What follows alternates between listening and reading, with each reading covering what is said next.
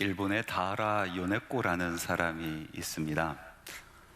이 사람의 인생은 참 파란만장했습니다. 고등학교 3학년 때 사랑하는 어머니를 잃게 되었는데요, 그 슬픔이 얼마나 큰지, 내가 왜 사나? 내가 살아서 뭐하나? 삶의 의미를 찾을 수가 없었어요. 그래서 이 요네코는 기찻길로 뛰어들어갔어요. 다행인지 불행인지 목숨은 건졌는데 두 다리를 잃었습니다. 한쪽 팔을 잃었습니다. 나머지 한쪽 팔도 손가락 2개를 잃어버리고 손가락 3개로만 살아가는 인생이 되었어요. 중증 장애인이 되었죠. 얼마나 불편하고 힘들었겠습니까? 그러나 무엇보다도 그 마음속에 풀리지 않는 문제, 내가 왜 사나? 살아서는 뭐하나? 하는 그 물음이었습니다. 극적으로 예수님을 만나게 되었고요, 그리고 기독교 신앙 안에서 그 문제의 답을 찾아가기 시작했습니다. 그리고 그는 아주 신앙 좋은 청년을 만나서 결혼도 하게 되고요, 매일같이 살아가는 기적과 같은 인생을 살게 되었습니다. 그가 나중에 책을 쓰는데요, 그 책에 이렇게 기록하고 있습니다. 나는 죽으려 했던 사람이었다. 그런데 하나님은 나에게 산다는 것의 의미를 새롭게 가르쳐 주셨다. 산다는 것은 황홀하다. 베스트셀러죠. 산다는 것은 황홀하다라는 책의 내용입니다. 여러분들의 삶은 어떻습니까? 세상에는 많은 사람들이 절망에 빠져 있고 삶의 의미를 찾지 못하고 있을지라도 우리 예수 믿는 사람들은, 우리들의 삶은 황홀해야 되지 않겠습니까? 오늘 읽은 말씀의 첫 번째 구절이 이렇습니다. 항상 기뻐하라. 항상 기뻐하라. 이 말씀을 듣고요, 어떤 성도님들은 이렇게 반문합니다. 목사님, 어떻게 항상 기뻐할 수가 있어요? 사람이 어떻게 항상 기뻐할 수가 있어요? 기쁠 때야 있죠. 그런데 슬플 때도 있잖아요. 어제는 기뻤다가 오늘은 슬픈 게 우리 인생 아니에요? 아침에 기뻤다가 저녁에 슬플 수도 있는 것이 우리 인생 아니에요? 그런데 어떻게 항상 기뻐할 수가 있어요? 이렇게 반문하신 분들이 계십니다. 저는 그런 분들에게 다시 물어봅니다. 이 기쁨이라는 것이 어디서부터 오는 거죠? 이 기쁨이라는 것이 바깥으로 우리에게 와지는 겁니까? 아니면 바깥에 있어서 우리가 그것을 쟁취하려고 막 노력해야 되는 것이 기쁨입니까?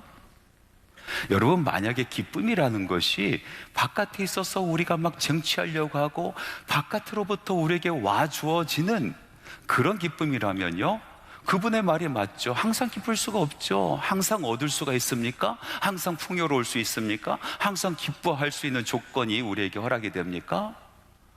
기뻐할 수 있는 조건이 있을 때는 기뻐하는 것이 당연하고, 기뻐할 수 있는 조건이 사라지면요, 그 기쁨도 사라지는 것 맞는 건 아니겠습니까?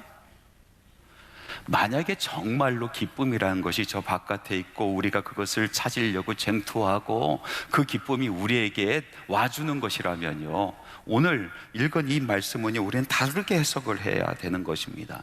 정말 말씀대로 항상 기뻐하기 위해서는요, 우린 끊임없이 하나님께 간구하고, 이거 주세요, 저거 주세요, 이거 더 주세요, 이거 더 주세요, 이거 더 주세요.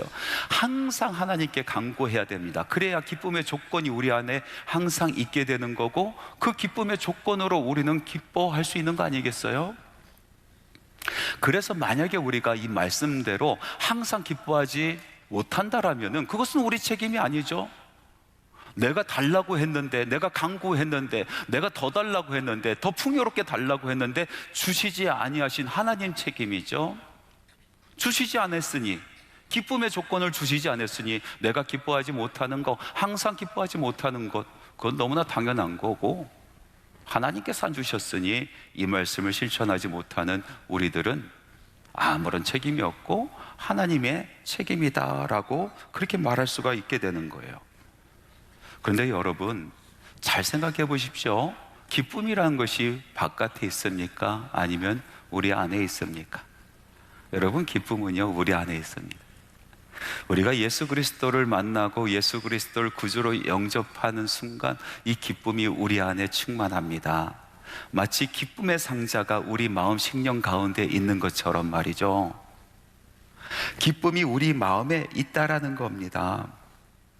항상 성경에서는요, 하라 하라 하는 말씀이 참 중요해요. 오늘도 말씀해 보니까 항상 기뻐하라, 이거는 부탁의 말씀이 아니에요. 이것은 권면하는 말씀도 아닙니다. 하라, 명령의 말씀이에요.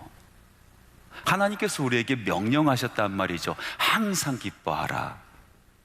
하나님께서 하라 하시면서 명령하실 때는요, 두 가지 의미가 있어요. 아주 중요한 두 가지 의미. 첫 번째, 이것을 해야만 우리가 살 수 있기 때문에, 이것을 반드시 해야만 우리가 더 행복하게 살 수 있기 때문에, 그럴 때 하나님께서 우리에게 하라라고 하시는 거예요. 하나님께서는 우리에게 하라라고 말씀하실 때 하나님 좋으라고 하라고 하신 거 한 말씀도 없습니다. 가만히 하라라는 말씀을 찾아서 헤아려 보십시오. 결국은 누구 좋으라고? 누구 살리려고? 우리 살리려고. 우리에게 더 나은 삶, 더 행복한 삶을 위해서 하나님께서 하라라고 말씀하시는 거예요. 항상 기뻐하라, 그것은요, 우리에게 더 나은 삶, 우리를 살리는 삶을 위해서 말씀하신 것이죠. 또 하나님께서 하라라고 말씀하실 때는요, 그 하라라는 그 말씀을 우리 인간이 실천할 수 있을 때 하라라고 말씀하십니다. 하지 못하는 것을 하라라고 억지로 시키지 않으신단 말이죠. 마치 아버지가 어린 아이에게 무엇인가 시킬 때 그 아이가 할 수 있는 거, 그 아이가 들을 수 있는 거, 그런 거 시키지 않습니까?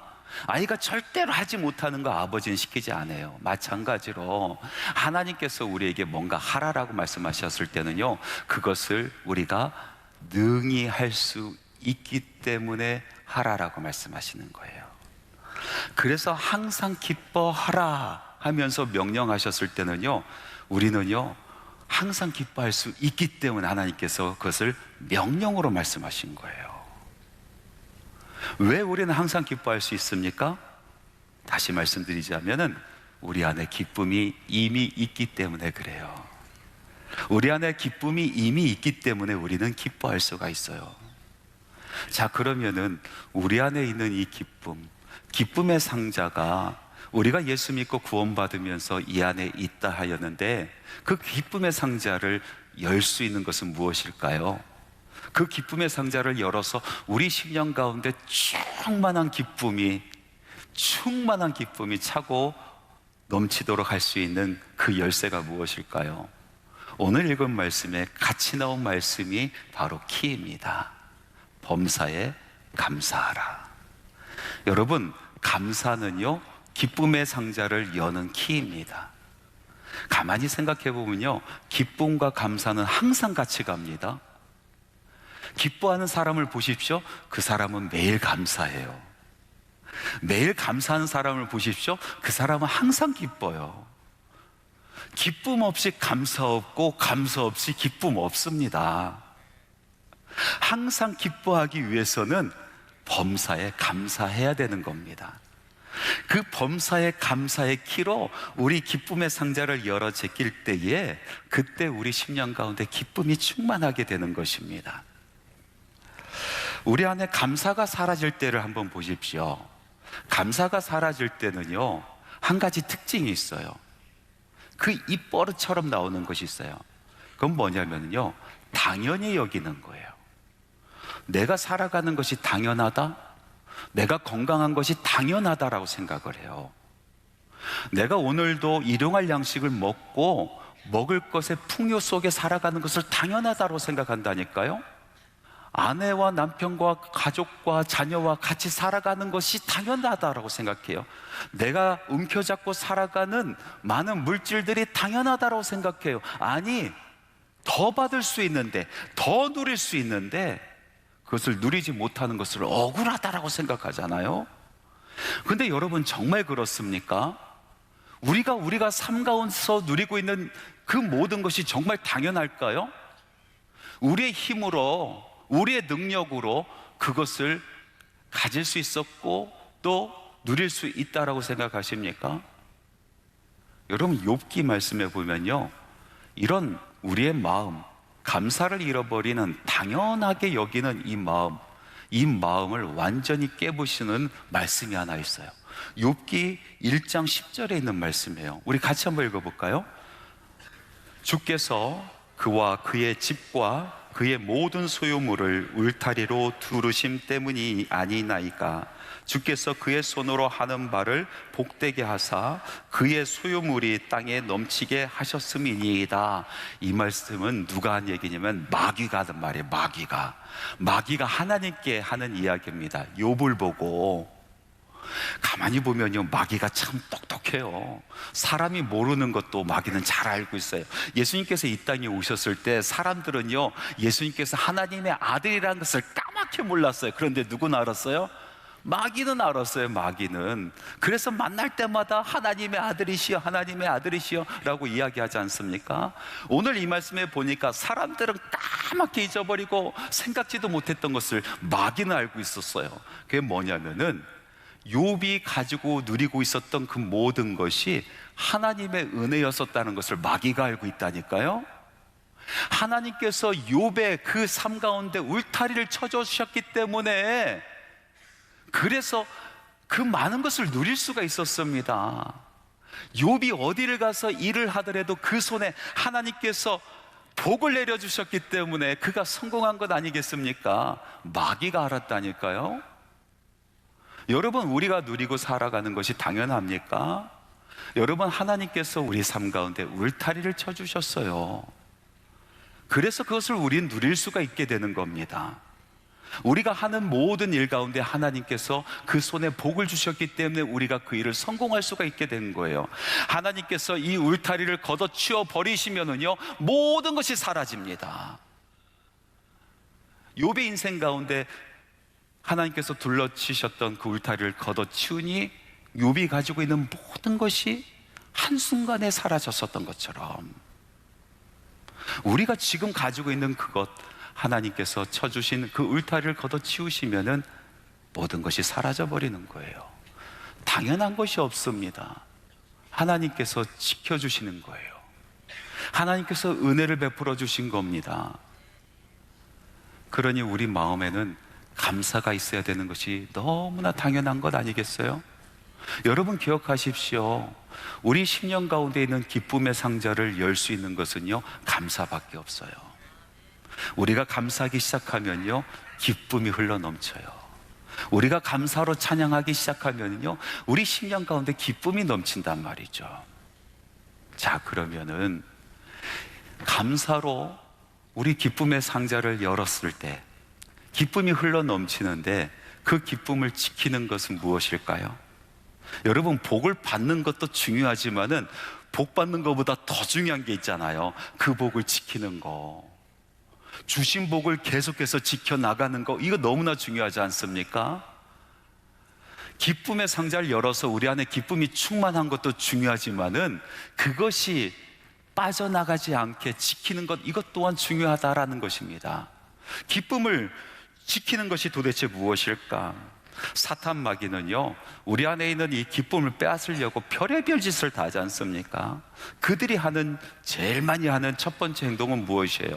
우리들에게 고난을 줘요. 우리들을 박해합니다. 삶을 힘들게 만듭니다. 쓴뿌리를 씹고 살아가는 것처럼 그렇게 어렵게 만들어버려요. 다니엘이 고생했었던 것처럼, 그 세 친구가 막다른 골목에 처했었던 것처럼, 초대교회 성도들이 무엇을 해야 될지 알지 못할 정도로 고난 가운데 빠지게 만들었었던 것처럼, 사탄 마귀는 우리 안에 있는 기쁨을 뺏어가려고 우리에게 고난을 줍니다. 우리를 박해합니다. 우리를 핍박합니다.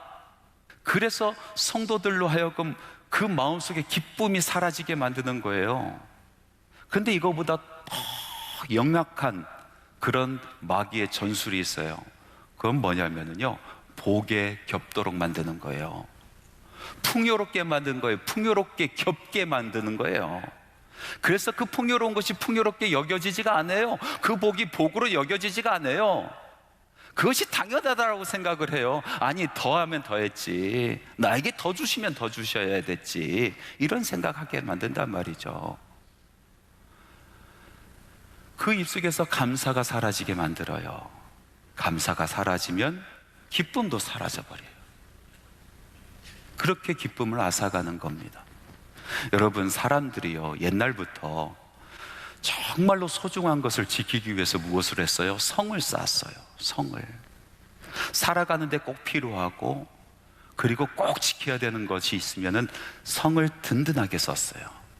성을 쌓은 뒤로 성문을 활짝 열어 제껴서 아무나 들어오게 하지 않았단 말이죠. 누구를 세웁니까? 문지기를 세웠어요. 문지기를 세워서 들어가고 나가는 모든 사람들을 보는 거예요.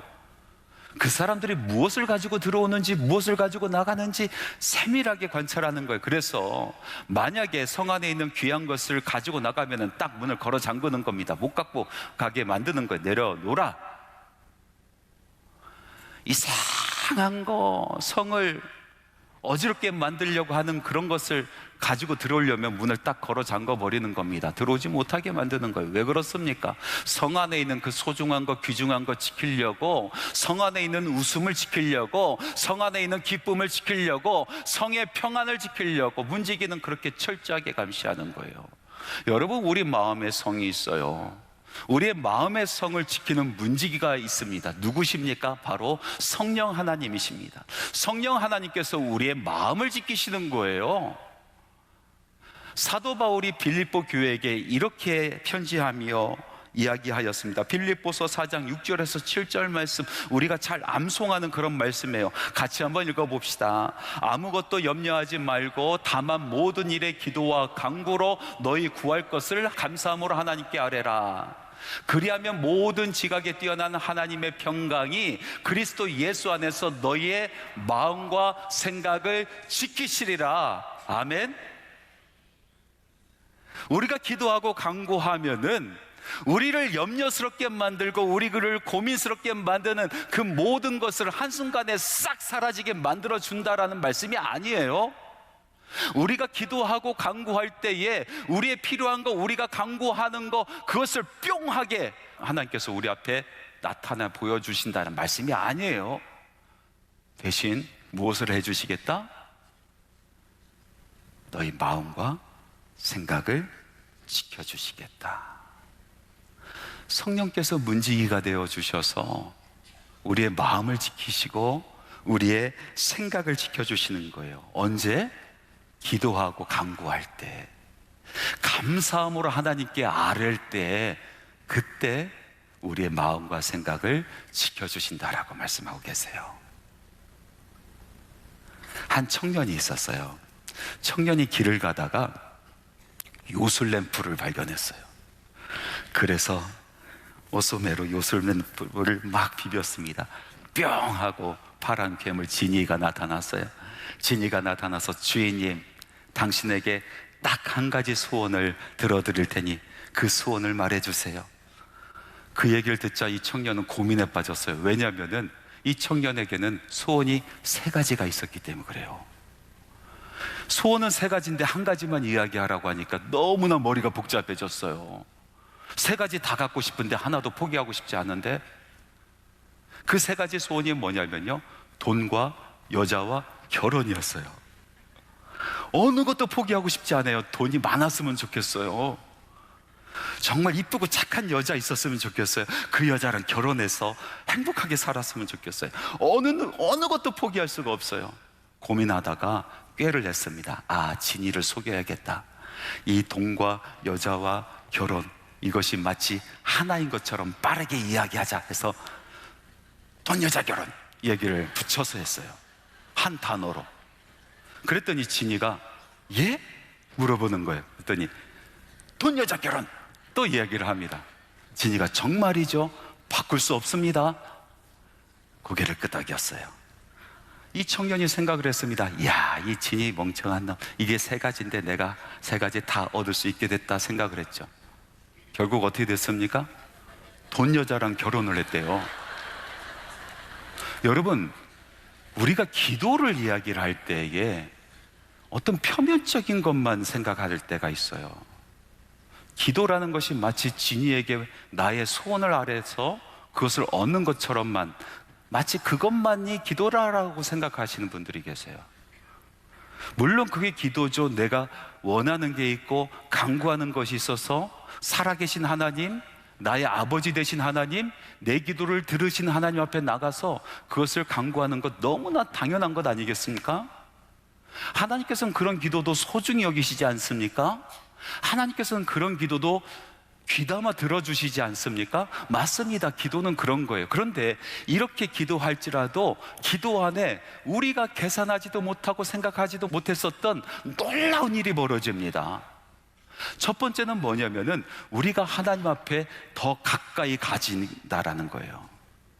처음에는 나의 마음의 소원을 아랬어요. 마음의 소원을 아뢰면서 하나님께 내 마음을 바칩니다. 나의 초점을 바칩니다. 나의 갈망을 바칩니다. 그러면요, 하나님의 사랑이 마치 자석처럼 우리를 끌어당기는 거예요. 나는 처음 나의 간구를 이야기했고 나의 소원을 이야기했지만은 나중에 보니까요, 하나님과 가까이 있는 영혼이 돼 있단 말이죠. 그 안에서 하나님과 깊은 사귐이 있는, 오히려 그 다른 것이 필요 없을 정도로 그 사귐 자체가 기쁜 그런 단계로 하나님의 사랑이 우리를 끌어가신단 말이에요. 우리는 계획하지도 않았지만은 하나님께서 기도를 통해서 그걸 이루십니다. 또 하나님께서 역사하시는 것이 있어요. 기도를 통해서 역사하시는 거, 그것은 우리가 말씀을 읽은 것처럼 우리의 마음과 생각을 지켜주시는 거예요. 우리가 기도할 때에 제일 바쁘신 분이 계십니다. 바로 성령 하나님이세요. 문지기 되신 우리 성령 하나님께서 우리가 기도할 때마다 제일 바쁘십니다. 그래서 면밀히 보는 겁니다. 사탄 마귀가 들어오지 않는가 면밀히 보는 것입니다. 훔쳐 가지고 나가는 것이 없는가, 그러면 그것을 막아 서시십니다. 나쁜 생각, 나쁜 것들, 염려와 근심을 가지고 들어오려고 하면은 그것을 막아서시는 분이 바로 성령 하나님이신 것입니다. 성령님께서 우리가 기도할 때마다, 우리가 간구할 때마다, 감사함으로 하나님 앞에 나아가 아뢰할 때마다 성령 하나님께서 우리의 마음의 성을 지켜주십니다. 우리의 생각을 지켜주십니다. 우리의 마음을 지켜주십니다. 우리 안에 있는 소중한 것들, 우리 안에 있는 그 믿음을 지켜주시고 사랑과 소망을 지켜주시고 하나님 앞에 나가 감사하는 그 감사의 마음을 지켜주시고, 무엇보다도 우리 성령께서 우리 심령 가운데 있는 그 기쁨을 지켜주시는 것입니다. 사탄 마귀가 빼앗아 갈 수 없을 정도로 철저하게 지켜주시는 겁니다. 그래서 말씀은 함께 이야기합니다. 쉬지 말고 기도하라. 쉬지 말고 기도하라. 항상 기뻐하라. 범사에 감사하라. 쉬지 말고 쉬지 말고 쉬지 말고 기도하라. 내가 일할 테니 그 감사와 기쁨 잃어버리지 않도록 내가 일할 테니 쉬지 말고 기도하라. 기도하는 사람의 그 심령은요, 믿음으로 가득 차 있습니다.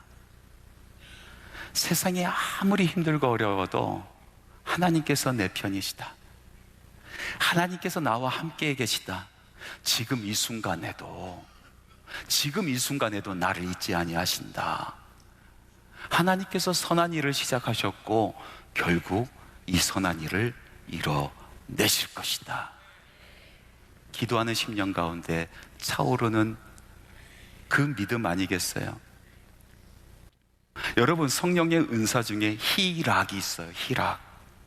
희락은 기쁠 희자, 즐거울 낙자를 써요. 기쁨과 즐거움이란 뜻이잖아요.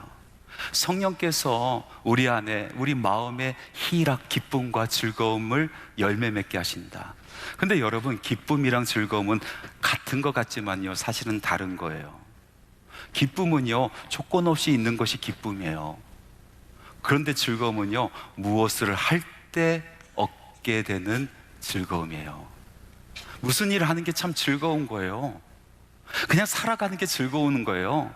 밥 짓는 게 즐겁고요, 봉사하는 게 즐겁고요, 교회 가는 발걸음이 즐겁고요, 찬양하는 것이 즐겁고요, 감사하는 게 즐겁고요, 예배하는 것이 즐겁고요. 영원한 즐거움 아닙니까? 영원한 즐거움. 우리 안에 충만한 기쁨이 있으면 우리는 영원한 즐거움을 누리는 거예요. 가만히 생각해 보니까 피곤하고 힘들지만 즐거운 거예요. 걸어가는 발걸음이 즐겁고, 성도님들 만나는 게 즐겁고, 함께 찬양하는 게 즐겁고, 또 기도하는 게 즐겁고, 성도님들의 그 기도가 응답받아서 달려와서 목사님 이 기도가 응답됐어요 이야기하는데 너무나 즐거운 거예요. 왜? 기도의 능력이에요. 기도가 지키시는 거예요. 우리 안에 있는 희락, 충만한 기쁨, 영원한 즐거움을 지켜주십니다. 우리는 생각할 때에 감사란 이 기쁨이라는 것이 저 멀리 있다 생각해요. 그래서 그것을 잡으려고 해요. 그것이 좀 와줬으면 해요. 근데 사실은요, 우리가 예수 그리스도를 영접한 순간, 우리가 하나님의 자녀가 된 순간 그 기쁨은 이미 우리 안에 있어요. 이 기쁨의 상자를 여는 열쇠는 무엇입니까? 바로 감사예요. 범사에 감사하는 거. 어려워도 감사하고, 일이 안 돼도 감사하고, 힘들어도 감사하고, 항상 감사하는 거. 어떤 일에 있어도 감사할 때 이 기쁨은 사라지지 않는 거예요. 이 기쁨을 지키는 건 뭡니까? 바로 기도입니다. 우리가 기도할 때 성령께서 지키십니다. 감사에 대한 이런 글이 있어요. 제가 읽어드리겠습니다. 어떤 사람은 자기에게 주어진 평탄한 길에 작은 구멍 하나만 있어도 하나님과 사람을 원망하고 불평하지만, 또 다른 사람은 자기에게 주어진 험하고 캄캄한 길에 희미한 불빛 하나만 있어도 하나님의 자비와 긍휼에 힘입어 감사의 기도를 올린다. 정말 어두운 세상, 깜깜한 내 인생길, 그 인생길에 희미한 불빛 하나 보이십니까? 여러분 감사하십시오. 감사할 때 기쁨이 충만합니다. 우리 안에 영원한 즐거움이 끊이지 않을 것입니다.